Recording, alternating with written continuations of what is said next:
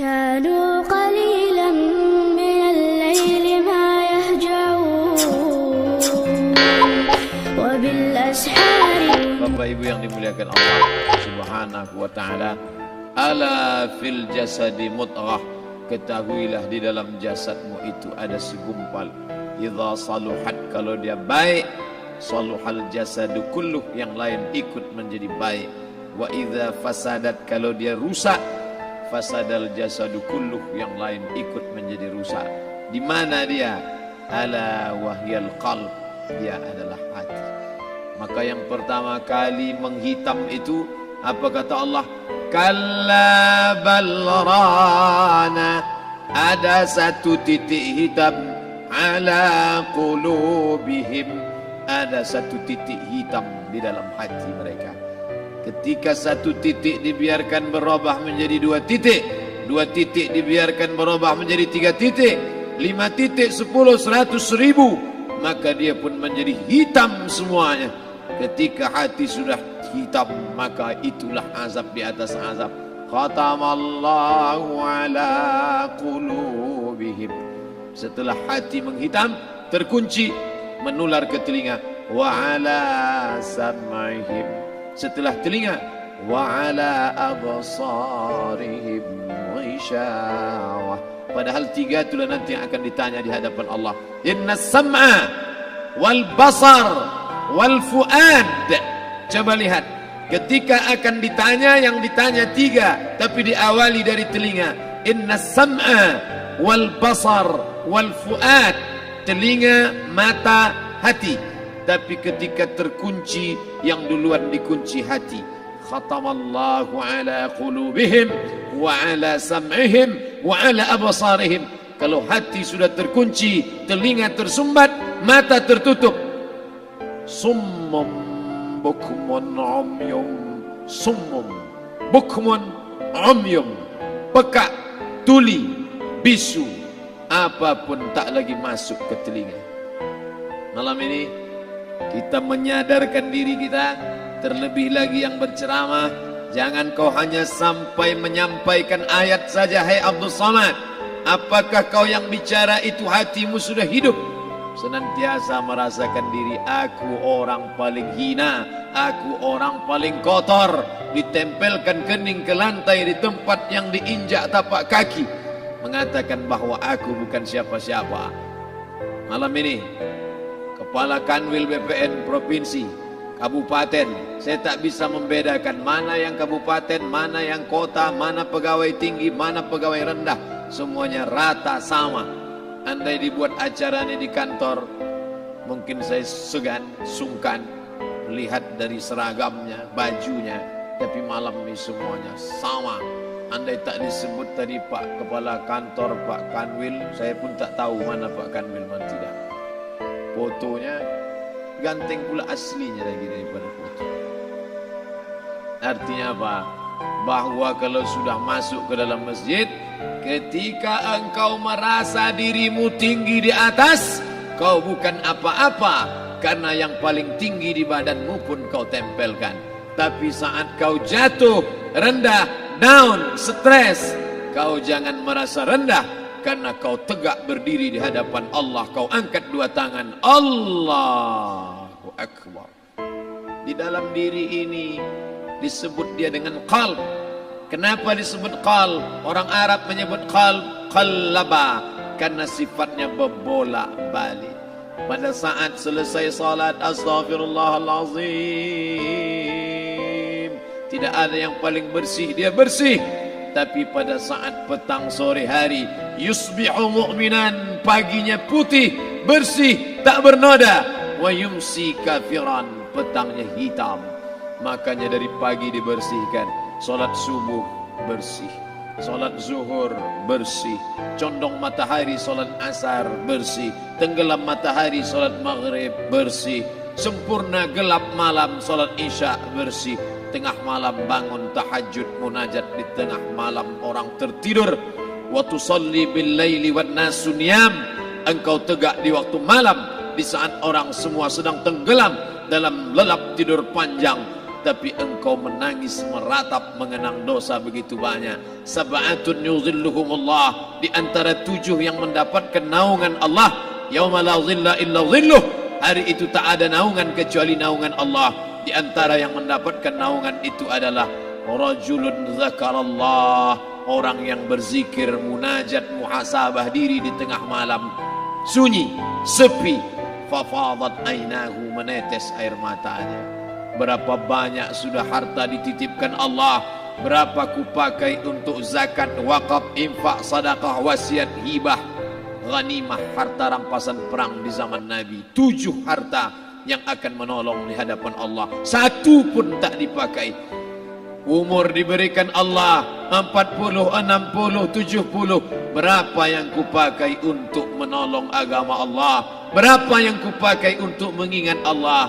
Mata, tangan, telinga, kaki akan diminta tanggung jawab di hadapan Allah. Al-yawma nakhtimu ala afwahihim, mulut terkunci, wa tukallimuna aydihim, tangan akan bicara, wa tashhadu arjuluhum, kaki akan bersaksi di hadapan Allah. Siapa yang bisa menolong waktu itu?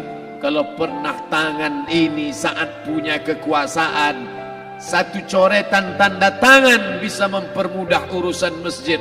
Sebutir kekuasaan yang dititipkan Allah bisa dipakai menolong agama Allah.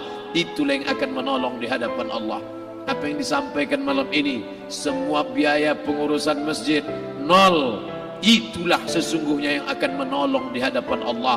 Adapun harta yang disimpan, tabungan, deposito, tanah, rumah, kendaraan, semua akan tinggal menjadi harta warisan. Istri mengambil 1/4 kalau ada anak. Kalau tak ada anak, istri mengambil 1/8. 1 miliar 125 juta bulan untuk istri. Kalau dia tak tahu hukum gono gini. Kalau dia tahu gono gini, dia tuntut ke pengadilan, dipotong lagi menjadi 2. 500 untuk dia. Dari yang 500 dapat lagi dia 75.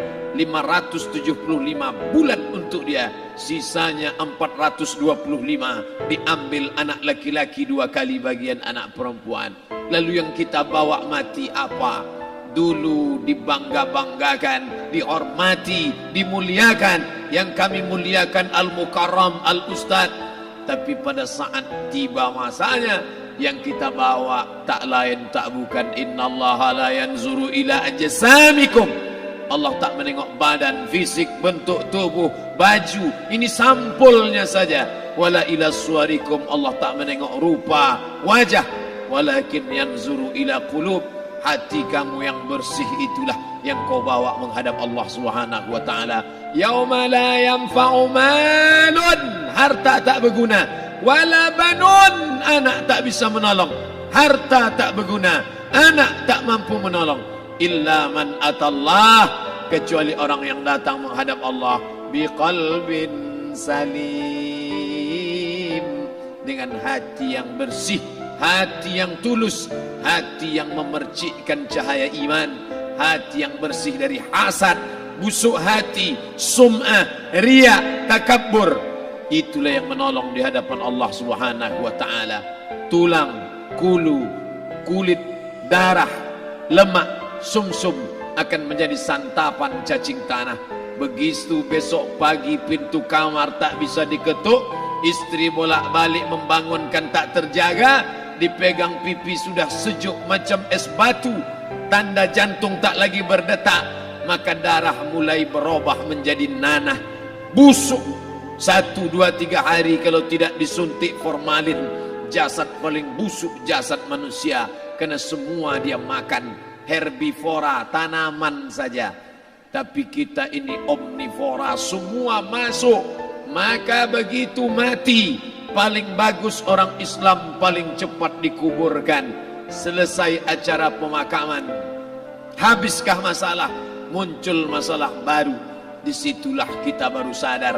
Apa kata Imam Ali radhiyallahu an? An-nasu niyam. Semua manusia waktu hidup itu tidur. Bapak tidur, ibu tidur, saya tidur. Semua orang waktu hidup itu tidur. Falamma matu, ketika dia mati, disitulah dia baru terjaga dari tidur panjang. Saat Israel mencabut nyawa, ditarikkannya adalah satu centapan yang kuat, disitulah kita baru terjaga dari tidur panjang. Betapa aku meninggalkan salat, betapa aku tak berzakat, betapa dulu kekuasaan, aku lulus umur 30, pensiun 58, 28 tahun apapun tak pernah kubuat untuk agama. Sibuk membesarkan anak, sibuk mengurus warisan, anak pun tak ingat dengan kita karena kita lupa menanamkan pendidikan agama di dalam otak kepalanya. Andai dulu pernah dia dibawa ke masjid, andai dulu pernah dia dibawa umrah, andai dulu dia dimasukkan SD IT, SMP IT, SMA IT, Islamic Boarding School, dibawa ke masjid, takkan dia lupa mendoakan selesai sholat, Rabbighfirli wali walidayya warhamhuma kama rabbayani saghira. Harta yang banyak tak sempat menolong agama Allah, anak tunggal semata wayang tak sempat dididik agama, istri meninggalkan dalam keadaan stres susah hatinya karena dia tak diajarkan sabar menerima ridha ketetapan takdir Allah. Dan paling celaka, tak pernah anggota tubuh ini dipakai untuk berzikir, muhasabah, mengingat Allah. Tak pernah mata dipakai menengok Quran, kitab suci Allah. Tak pernah dipakai hati merenung sejenak, apa yang akan kubawa mati menghadap Allah Subhanahu wa ta'ala. Malam ini saya tak minta diajak ceramah tentang hukum zakat, hukum puasa. Saya tidak diajak tanya jawab apa hukum unjuk rasa besok tanggal 4. Yang ditanya adalah bagaimana kita merenung sejenak. Abdul Somad, engkau berhadapan dengan para pegawai Badan Pertanahan Nasional Provinsi Riau, berkumpul 12 kabupaten kota. Ini orang-orang ngurus tanah, dari dalam tanah naik ke atas tanah, ngurus tanah, ngurus tanah, ngurus tanah, masuk ke dalam tanah. Abdul Somad dari dalam tanah naik ke atas tanah, ceramah, ceramah, ceramah, ceramah, ceramah, masuk balik ke dalam tanah. Yang kau bawa apa? Baju koko tinggal, peci tinggal, pakaian kehormatan tinggal. Yang tentara belum pernah saya diundang. Ustadz besok datang takziah, bapak tentara meninggal, tahu-tahu kain kafannya loreng. Tak ada. Yang kau bawa kain tidak berjahit, disobek, kerak. Itu yang akan menyampul kulitmu yang selama ini kau dimandikan, dibersihkan oleh ibumu dulu 60 tahun yang lalu. Sampai masanya kau lupa kapan kau dimandikan dulu. Sekarang ruh melihat, disebut dia ruh karena dia raha ya ruhu ruh, seperti aroma semerbak yang datang pergi hinggap. Ruh sampai masanya dia datang masuk ke dalam jasad, ruh sampai masanya dia pergi meninggalkan jasad. Malam ini dimuliakan Al-Mukarram Haji Abdul Somad LCMA. Kenapa Abdul Somad ini dimuliakan? Karena ruh hinggap sejenak sebentar, sampai masanya besok pagi dia ruh keluar dari dalam tubuh ini. Anak yang katanya ayahku sayang, istri katanya kaulah abang, sampai masanya mereka tak lagi mau mendekat. Rumah itu saya yang buat, saya yang mengukurnya. Tapi begitu ruh sudah keluar dari badan, tidak satu pun semeter, sesenti, sejengkal, seasta ada tempat di rumah itu untuk jenazah bernama jenazah Abdul Somad. Dulu orang bertanya, rumah Ustadz Somad di mana? Hari ini orang tidak lagi bertanya, tak lagi menyebut nama. Orang sudah mengatakan kuburnya mana. Dulu kalau dia masuk masjid, didatangi orang, disalami orang, mahasiswa, anak-anak, remaja mencium tangannya sebagai tanda hormat. Tapi begitu diletakkan keranda, kita akan sholat jenazah nanti selepas sholat zuhur. Apa kata orang? Letakkan di tepi sana, letakkan di tepi sana. Tak satu pun mau mendekat, letakkan dia di sana. Bahkan sebagian mengatakan jangan dalam masjid, letakkan dia di luar. Dia tidak disebut engkau yang mulia, tidak digunakan kata ganti orang langsung. Letakkan dia di sana. Bahkan sebagian tak lagi, padahal tempat paling mulia sebelah kanan, orang tak lagi mau di kanan, mulai dia menjauh ke kiri. Kenapa kau ke sana? Takut aku mimpi hantu nanti malam. Mana kawan, sahabat, andai tolan, anak menantu, teman sekantor, semuanya pergi meninggalkan. Yang tetap dibawa, kalau pernah kaki melangkah salat berjamaah di masjid, kalau pernah tangan mengusap kepala anak yatim, kalau pernah tangan mengucap subhanallah. Nanti di akhir tausiah kita akan berzikir, munajat, muhasabah diri, berdoa, mengenang apa yang akan kita bawa menghadap Allah Subhanahu wa taala. Datang malaikat membawa kain kafan dari cahaya, akan menyambut ruh yang mulia. Hadis riwayat Ahmad bin Ambal dalam kitab Al-Musnad, turun malaikat berlomba-lomba membawa kain putih dari cahaya, menunggu ruh akan keluar. Ruh menetes seperti embun di ujung daun, daun tidak bergoyang, ranting tidak patah. Ruh menetes pelan turun ke dalam kain kafan, dibawa malaikat ke pintu langit. Tak sabar mereka menyambut. Inikah dia yang selama ini berjamaah? Inikah yang dulu ketika dititipkan kekuasaan menolong agama Allah? Kam min masyhurin fil ardi walam yakun ma'rufan fis sama. Berapa banyak yang masyhur terkenal di bumi, malaikat tak mengenal dia. Ini ruh siapa?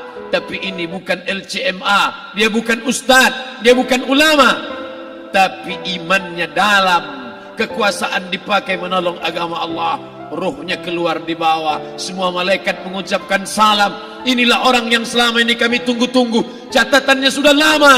Setiap pagi petang, malaikat subuh membawa catatan namanya, malaikat malam membawa catatan namanya. Kami merindukannya. Begitu orang-orang yang masyhur di langit, tapi tak dikenal makhluk bumi. Tapi ada sebaliknya, yang rohnya disentapkan, ditarik malaikat dengan begitu tarikan yang sangat kuat. Nabi bertanya saat Isra Mi'raj kepada mereka yang sudah mati ribuan tahun yang lalu, apa yang kalian rasakan? Yang satu mengatakan seperti tebasan pedang di tempat yang sama beratus kali. Yang satu mengatakan seperti kambing yang dikuliti hidup-hidup. Yang satu mengatakan seperti mata kail pancing ditarik dari kulit yang basah. Maka kita berdoa setiap selesai salat, Allahumma hawwin alaina, ringankan kami ya Allah, fi sakaratil maut, di saat sakaratul maut yang amat sangat menyakitkan itu. Dan mereka yang pergi tak pernah kembali, mereka yang mati tak pernah bercerita, kecuali hanya kepada Sayyidina wa Maulana Muhammad sallallahu alaihi wasallam.